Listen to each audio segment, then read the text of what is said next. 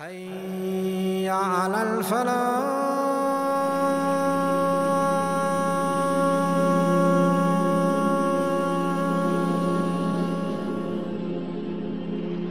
Amr ibn al-As radiyallahu anhu, this great companion, he headed towards Palestine, Jerusalem, or what is known as Iliya.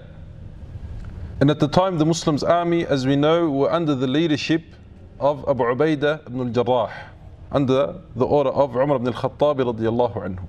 It was a city that the fortification of it was very hard to infiltrate. And the armies of the Romans at that time had taken themselves into the fortresses and had made themselves ready to be besieged or to be surrounded. So they sat in the fortress and they waited for the Muslimin to make their move. Now Amr ibn al-As radiyallahu anhu, he surrounded the city of Jerusalem for many months and was not able to infiltrate the city of Jerusalem. Now the city of Jerusalem, Al-Quds, is of great importance to the Muslimin. It's the second of the two Qibla, Thani al-Qiblatayn. The Muslimin in the beginning of Islam, their Qibla was towards Jerusalem, because that was the Qibla of Bani Israel. And it remained that way until 6 months, 9 months into the Madani period, where the Qibla was changed towards Mecca, towards Al-Haram al-Makki. And that was due to the longing of the Prophet ﷺ for the Qibla to be towards Mecca. And it's the third of the sacred places. And that was the place in which Allah subhanahu wa ta'ala ascended His Prophet ﷺ in the journey of Al-Isra wal-Ma'raj. So after Amr ibn al-As radiyallahu anhu was unable to infiltrate, to open Jerusalem, he sent word to Abu Ubaidah ibn al-Jarrah, the general leader. And some of the narrations even mention that he entered into Jerusalem disguised as a messenger to try to find a weak point. So he sent word to Abu Ubaidah that this is the situation, not able to infiltrate Jerusalem. So Abu Ubaidah ibn al-Jarrah radiyallahu anhu, he comes from the north of Syria towards Jerusalem. Shurahbil ibn Hasana comes from Jordan. Yazid Abi Sufyan comes from Damascus, and they gather together to help Amr ibn al-As radiyallahu anhu to open the city of Jerusalem, to open the place in which all of the Muslims were longing to enter, were wanting to enter because of the importance of Masjid al-Aqsa and that area to the Muslimin in general. After the persistence of the Muslimin in the surrounding of Jerusalem, Al-Artabun, the leader of the Romans, as they usually do, he fled. And he left Jerusalem and he made his way towards Egypt, where another city, Al-Iskandariya, was one of the cities also of the Romans at that time.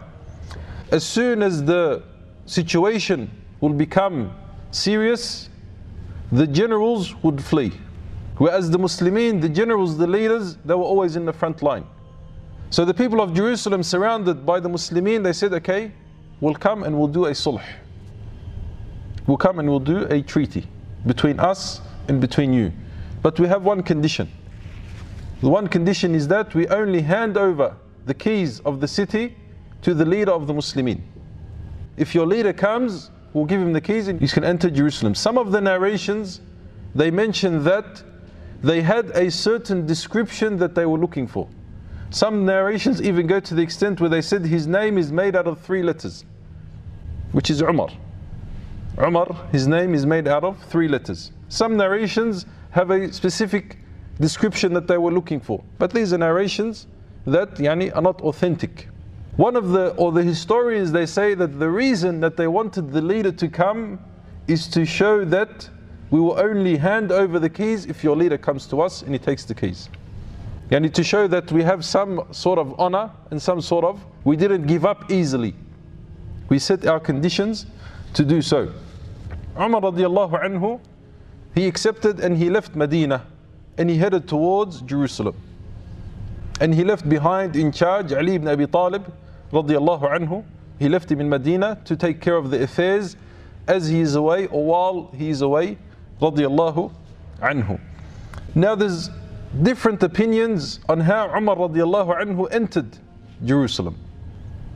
The most famous story, or the most famous opinion that is known to majority of people, is that he traveled to Jerusalem and he had with him a young servant, and they would take turns on riding the horse or the camel or the ride that they had.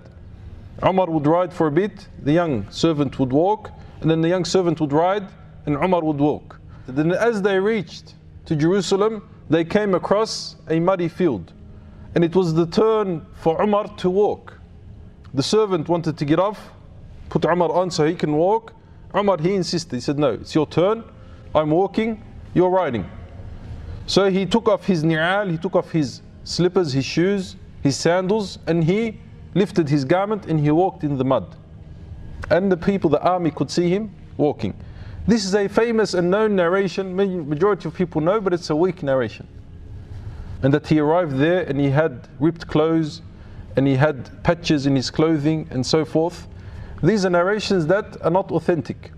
And that narration of him and the young servant riding and taking turns and then entering, Ibn Kathir rahimahullah ta'ala in his famous book Al-Bidayah wa Nihaya, he doesn't even mention that narration. Another narration is that he entered into Jerusalem. As he entered and he was in that state, the patriarch of Jerusalem, when he saw that, he said, if this is the case of your Khalifa, then your estate will remain forever. Another narration says that when Abu Ubaidah ibn Jarrah radiallahu anhu, the leader of the Muslim armies at that time, saw him entering in that state where he had the cloak that he wore in Medina, it was dirty from traveling. So Abu Ubaidah radiallahu anhu, he says, O Amir al-Mu'mineen, you're going to enter upon the leaders of these people, the high rakis of these people. So when he told him that, Umar radiallahu anhu, he hit Abu Ubaidah on his chest. I wish someone other than you said it, O Abu Ubaidah. And then that's when he said his famous saying, that we are people whom Allah subhanahu wa ta'ala honored us through Islam. And so long as we try to establish that honor through any other means, Allah subhanahu wa ta'ala will disgrace us. So this is when he said that famous word, radiyallahu anhu. Another narration mentions that Umar radiallahu anhu, he had came initially to help the armies of the Muslimin, meaning that they didn't send for him to come and to take the keys of the city. And this narration is mentioned by Imam al-Tabari, that Umar radiallahu anhu had came to help and to aid the Muslim armies after word had reached that they were not able to enter or to infiltrate the fortress of Jerusalem. And in that army was the uncle of the Prophet ﷺ, Al-Abbas ibn Abd al-Muttalib radiallahu anhu, and this had come with the intention of opening Jerusalem. This is the different opinions that the ulama have with regards to how Umar radiallahu anhu arrived in Jerusalem. The authentic narrations and what we know is that Umar, he came to Jerusalem. But the details of how it took place, there are many narrations, and a lot of the narrations are weak. Now Umar radiallahu anhu, he didn't go straight to Jerusalem, straight to Al-Quds. The Muslim army had mobilized, had settled in an area called Al-Jabiyah, which is on the outskirts of Jerusalem at that time. And the Muslim armies were waiting for him to greet him. And it's a big matter for the Khalifa himself and someone like Umar ibn al-Khattab radiallahu anhu to leave Medina and to come to Jerusalem, to come to Palestine. This was something big in the eyes of the army. And they already had big names in their armies like Abu Ubaidah, Amr ibn al-As, Khalid ibn Walid, Shurahbil ibn Hasana. A lot of the great companions were in the army. But for someone like Umar ibn al-Khattab radiallahu anhu to attend and to come, this was something great.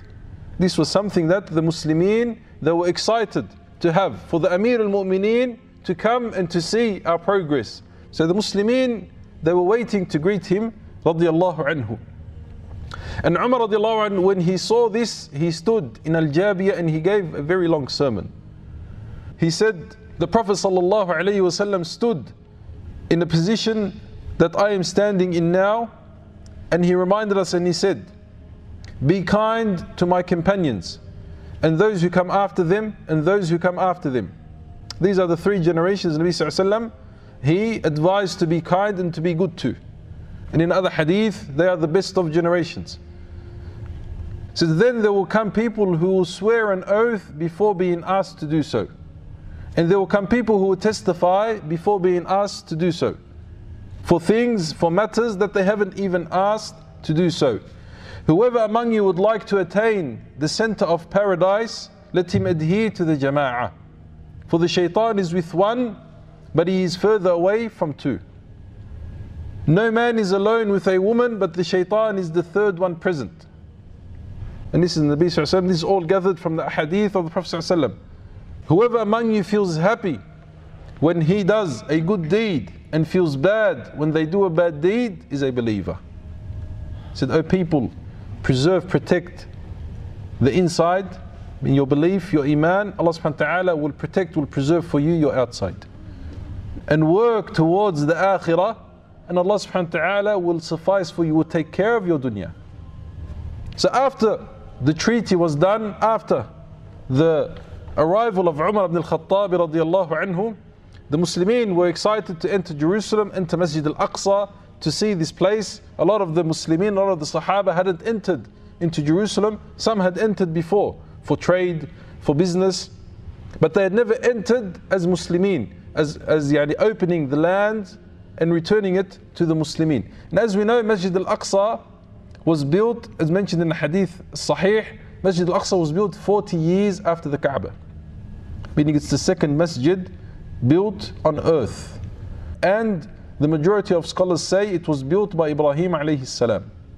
It was built by Ibrahim alayhi salam because it was during his time, during his era, and Ibrahim had left Ismail and Hajar in Mecca, and he returned to Jerusalem. He returned to that area, which is the area of Bani Israel.